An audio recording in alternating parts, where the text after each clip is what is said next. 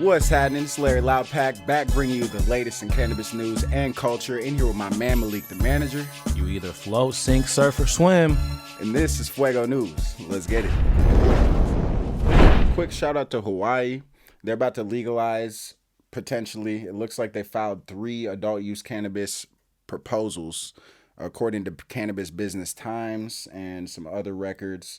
And so they've got 3 separate amendments that they're trying to push through individually, and some of them are based on the public safety, and then some of them are based on just the actual standards of like how much can they have, and a lot of it's pretty standard. It's, you know, they're proposing an ounce of possession and 5 grams of concentrates and all the standard stuff. But it's interesting because the person who is the congresswoman who's basically proposing it outwardly said she's not with it. Like, she's against cannabis, but she's basically saying, I know it's going to happen inevitably, so I would rather it happen if we take into account all these precautions.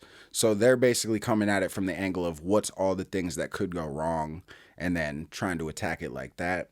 So are they going to decriminalize it as well? Yeah, so that's the third of the proposals. Okay. So one of the proposals is to decriminalize possession.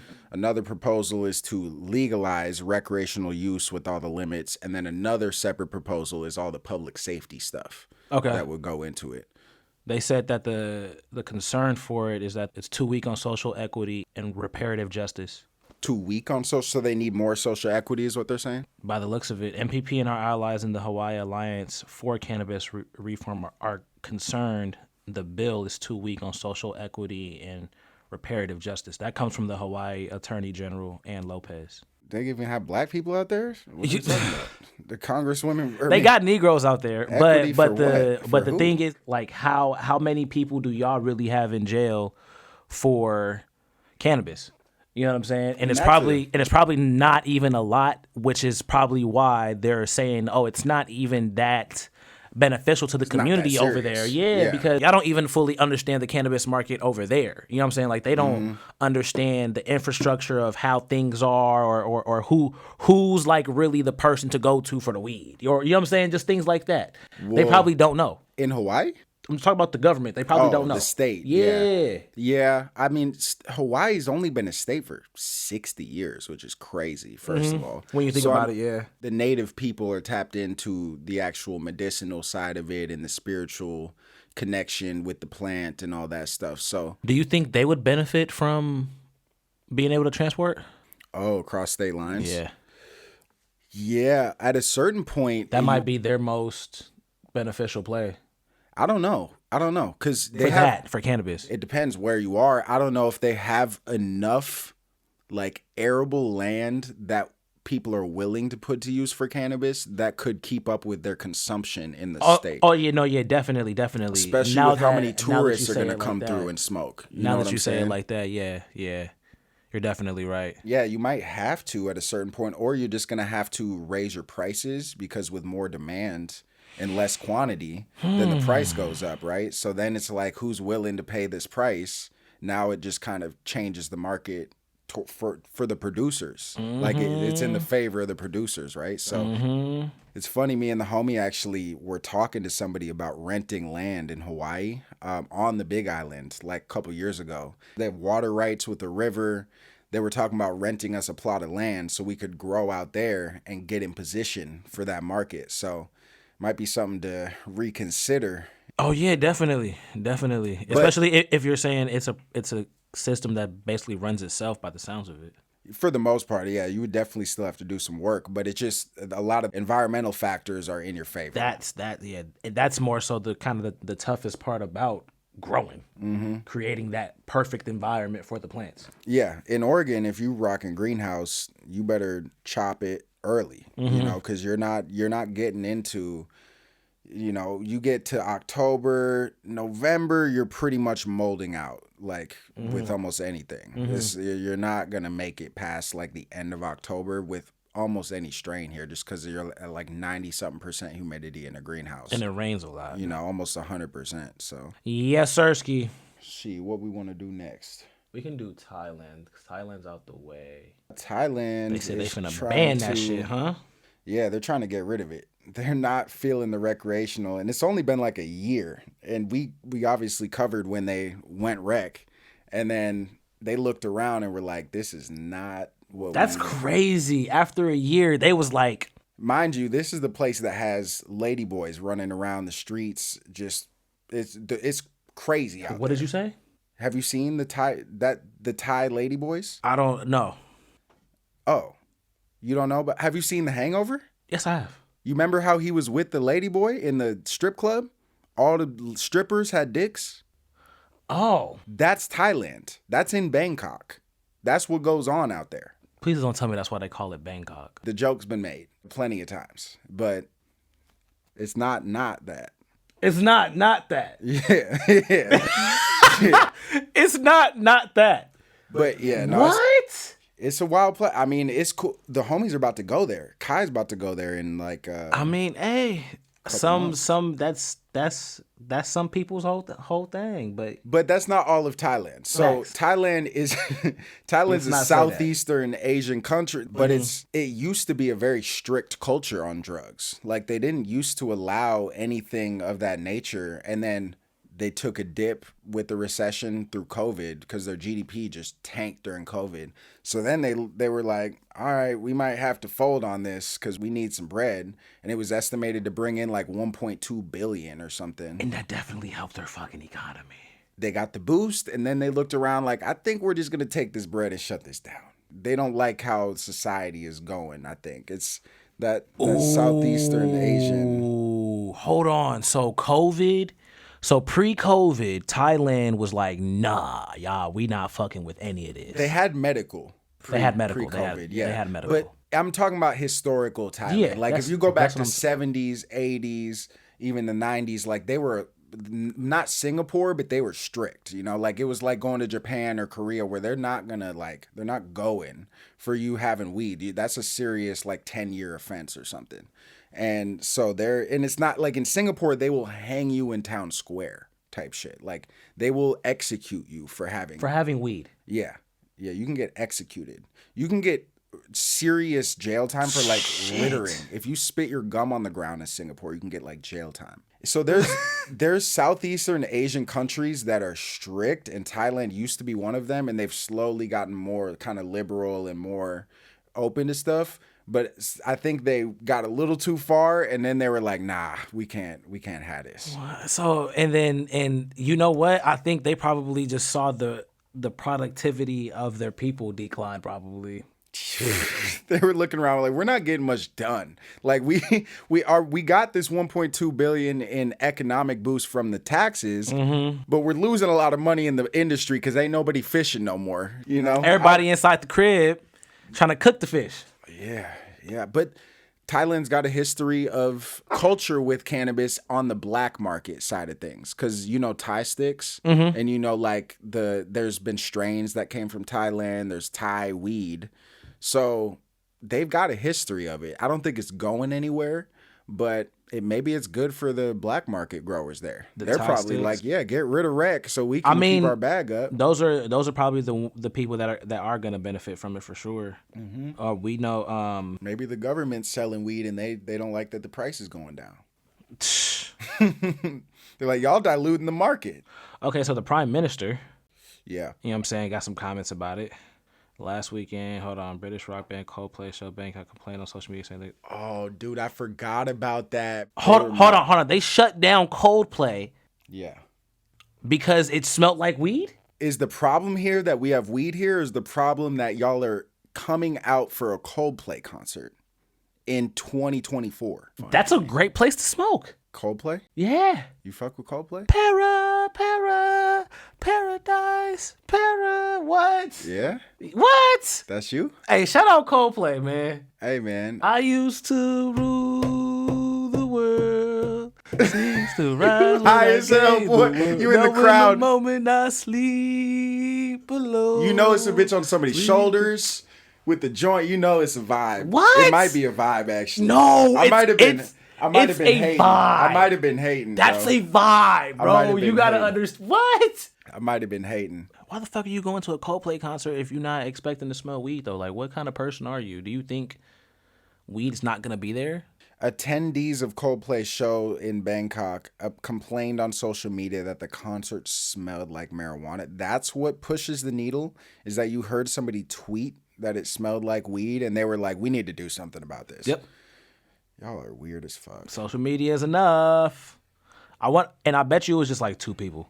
It wasn't even nothing crazy. No, you got 2 tweets, but it had a lot of likes. You wanna migrate from this to Germany? Yeah. So the Germany's coalition government struck a new deal on legalization. The country's parliament is voting later this month. Lawmakers revised the bill with changes including raising home possession limits and eliminating the possibility of jail time. The ban on weed will be lifted April 1st, can be, and the cannabis clubs will be available July 1st if passed. Okay. So they still got to go through some processes still. Well, shout out to Germany. And they revised the bill. So yeah. Yeah, they're gonna be the best at that too. You know, they're always the best at whatever they do. So. Hey, we in war right now, bro. You walking on thin lines. Can we not say that Germans made the best cars? And that's it. They were the best at that. No, they could make really good tanks. They had. I'm not. Did you see their fits? I'm not a tank enthusiast. Did you see their fits back in the day? You telling me the Germans were the flies? They were 100% the flies. That's not even debatable. It's not even debatable? Not at all. Have you seen their fucking suits, son? They were crispy. You a fan of Hitler? No. I'm a fan of putting your mind to something and getting it done. That's all I need to hear. Is all I'm saying. That's all I want to know. He said it's kind of hard to I'm a fan not be a fan. You know what I mean? The world could have been a much better place, and we kind of dropped the ball, is all I'm trying to say. Huh? I'm saying we were headed a good direction. Huh? That ain't even funny. Hold on. What? Hey, we were on track. And we got knocked off course. Okay, now next topic, because you bugging. All right, let's go. Let's move on. You bugging. Minnesota. Back to your state, your stomping grounds. All right, so we got a couple things. Minnesota's got a lot going on right now. Too much going on. Too much. So we've been talking about before how Minnesota had a loophole in their law, basically, that they passed last year. The Cannabis Commission or whatever made it basically legal to bring in all what they call raw cannabis, which is just any weed. It's like these people literally didn't call anybody to ask them how to word something. No. So they'll no, they didn't. In their legislation, they say raw cannabis is cannabis that is unprocessed.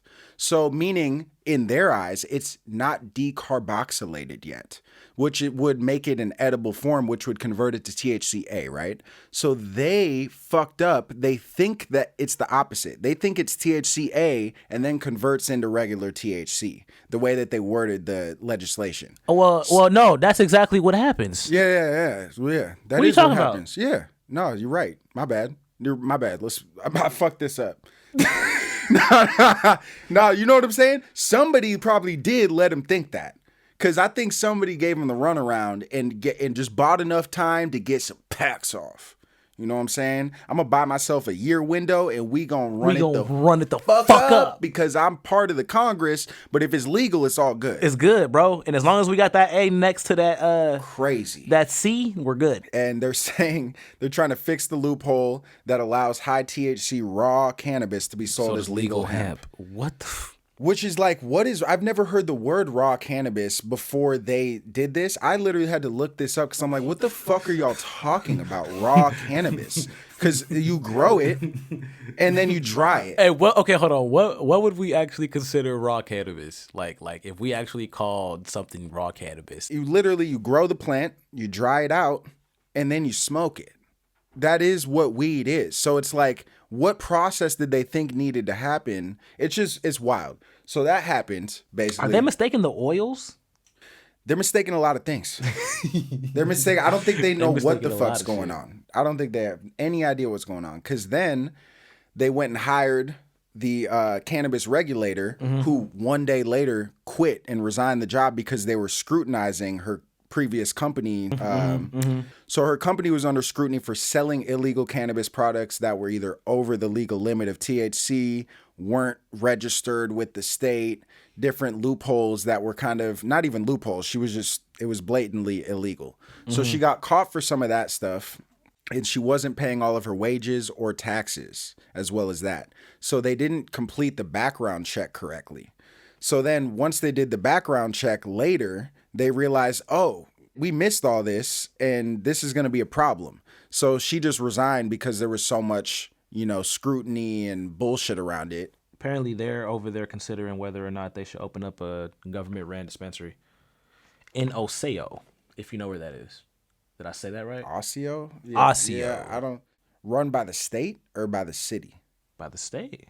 A government-ran dispensary, basically. Where'd you... In Oseo, council member Mark Schultz says, why not give them a seat at the table to get an understanding of how it operates in the community. Oh, and then apparently Minnesota actually made a law to where there must be at least one license available for every 12,500 people in the town. Really? Yeah. That seems like a lot, actually, per capita. Right? Oseo only has a population of 2,700, though. But they'll get one license still. They're going to have to if they want to open it up over there. Have they proposed, like, a lot of details on it? City Council of Oseo, Minnesota is considering whether to open the state's first municipally run marijuana retailer. That's city, then. That's not the state that would run it. That's city. Okay, well then, yeah. Oseo City Council is going over it, and municipality would be the city. Oh, further into the article, they were trying to say how one possible option would be that they can open it up inside of the police department. Inside? One possible option would be to open the store in a potential future new city hall and public safety building. Whoa. You wouldn't get robbed, probably. Bro, okay, look. There was already reports of one of these trying to happen in Washington, in Boneville. They didn't do well. It. Did it They start? moved to a new city in Stevenson, apparently. Mm-hmm. But it started and they struggled. They're terrible. But, of course, what I'm really about to say is who's going to want to go to a dispensary where we know that the government owns it? Yeah, I'm good. And what makes you I want the weed from them. Yeah. They probably got the best weed. We were, like, joking about that before. Like, buying how serious they are? weed from the feds. Oh, that's weird. I couldn't see why they would think that this is a good idea. You feel me? Well, I don't get it. Like, you trying to get an understanding of the community? That's bullshit, bro. Y'all know you guys won't receive sales from this shit. Nobody's gonna go in there. Yeah, my grandma would go. Cause it's like, oh, it's the state one. They're gonna have that. They're gonna have that mindset. Oh, it's from the police department. It's the safest weed possible. Yeah, they're gonna. I'm gonna be okay. There will be a certain population that'll probably trust it more because of that reason. But then there's gonna be a larger population that is not gonna want that. Larger. Yeah, much larger. Yeah, I don't understand what the appeal is for the city either. Like, is the city just needs money that bad that they need to, like, why don't you let somebody open one there and then you just collect taxes as opposed to, like, trying to fund and start and run a business as a city? It always is weird to me when there's government run industry. They say it's a move leaders say would provide more local control over the look, feel, and operations of the store. What does that mean? Like I said. What does that mean? What does that mean? Exactly. What does that mean? You just want it to be, like, real sterile and be like a post office? It sounds like they want to be nosy. They trying to get into the game to see what's going on. Like, what's really, really going on. It said they have more control over the look and feel. So they want to control the optics of, like, how it more looks, local control over the look and feel. How it looks, like the optics of the dispensary and make it look like a post office and make it look sterile. No, that's what they want to do, probably. No. Yeah, that's sus. That's sus. We can. Those are intimate experiences. That's what people fail to realize.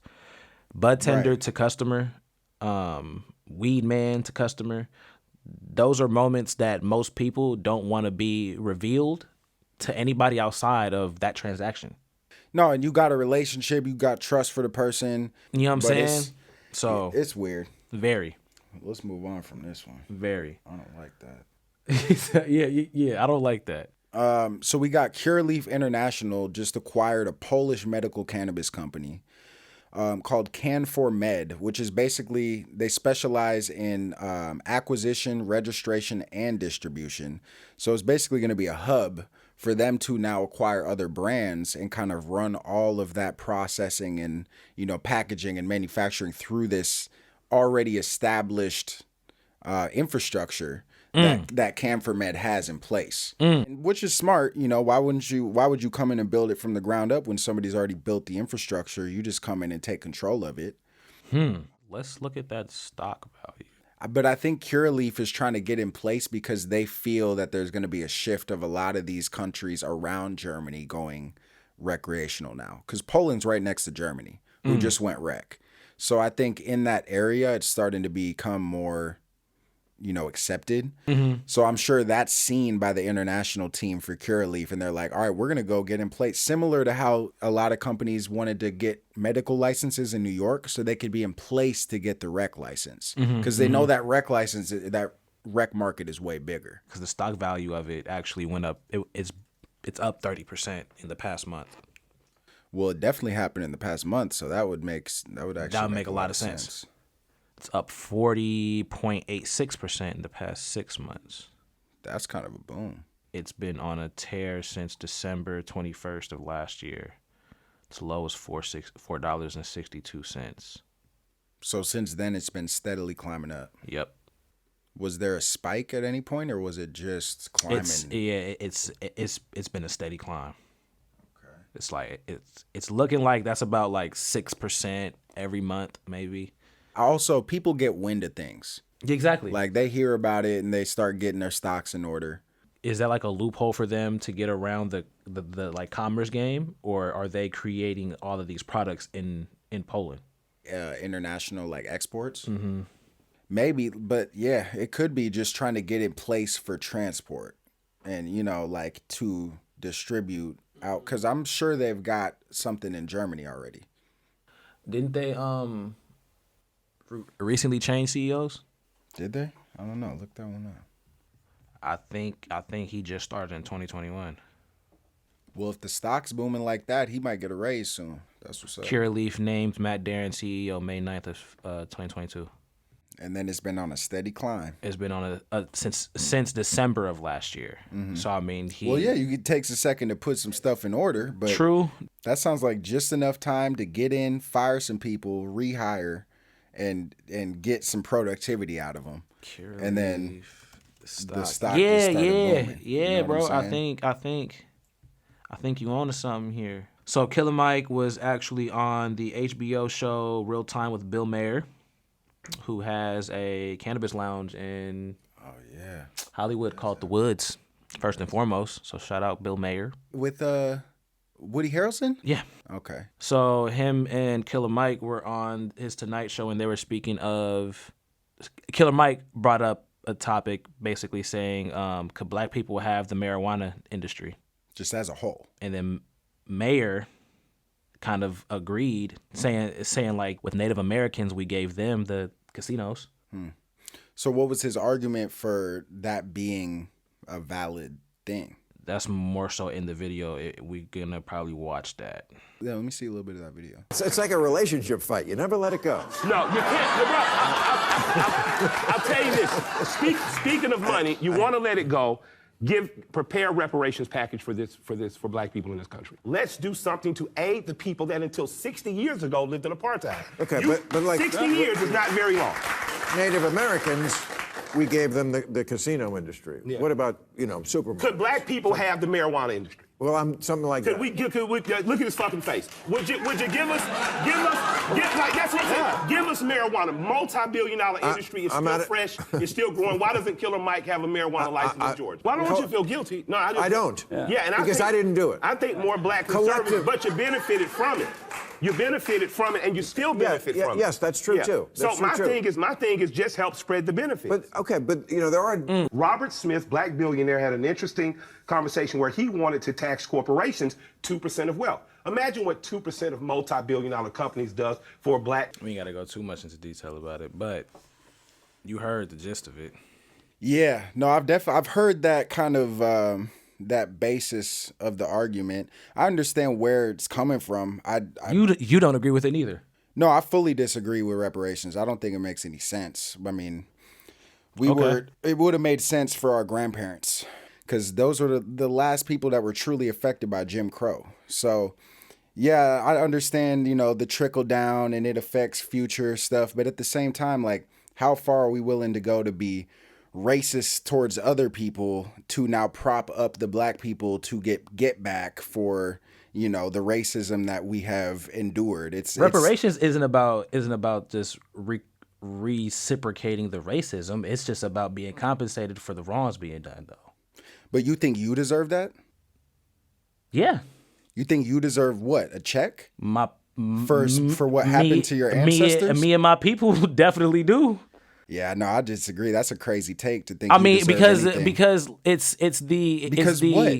Because what? You have every bit of opportunity that everybody else does now. No, you don't think so? That's a false. That's the false problem. narrative. That's the problem. Is the narrative. mentality of a lot of the black community is they put themselves at a disadvantage by thinking like that. They think they can't get opportunities. They believe everything is racist and everything is systematically oppressive, and it's just not the case. You can do whatever you want to do if you put your mind to something. Everybody just thinks that they can't get something because I'm black. That's a good excuse to not put in the work for a meritocracy. I don't know if that. No, I know that statement isn't true because I've lived it, and I haven't. So no, I'm telling you my experience though. Mm-hmm. So with that being said, my situation and the way my mindset is, majority of people aren't gonna have that same kind of mindset, or aren't gonna have that kind of graceful comfort when it comes to upbringing and love from families and shit like that. Like, a lot of people are messed up in the head. Is a check gonna fix that? No, but it gives people the room to actually fuck up, to have a place to start. I don't think it does. I think you got to fix people's mentality. You got to fix people's traumas. I think a check is a Band-Aid that's going to go away pretty quickly. So everybody's going to blow through that check on whatever the fuck scratch-offs and bullshit they're going to buy. And then what? Like, what did the black community gain from anything in that? My thing is like, true. We've seen what happens when we do get money. But now, since we're in an information-filled era, we have more information to wisely use our money. We still don't, as a majority. Getting these reparations, there might have to be guidelines put on how you use this money. So then how do you decide who gets that? If you've put on every single resume that you've applied to, Black African American, you can get this check. I don't put my race on applications. Why not? I just say decline to answer. Why don't you want to put that you're black, though? I just don't think it applies. Why does it matter? So I just check do not answer. Okay. I think people put so much emphasis on their race that they create more of a divide between races. Black people are separating themselves intentionally from other communities all along, saying everybody else is racist. But I think black people are starting to be more racist than other people. That's a strong statement. Like, I think black people now think they can't be racist because of past oppressions, which is crazy. The people that are discriminated. We can honestly end this. Yeah, let's wrap up. You got anything else to add? Shout outs? No, I got to put together those lists better. Shout out to the boys. Yerp. Shout out to the Chiefs too. Thanks for watching. Subscribe, like, do all that. We out. Yes, sir.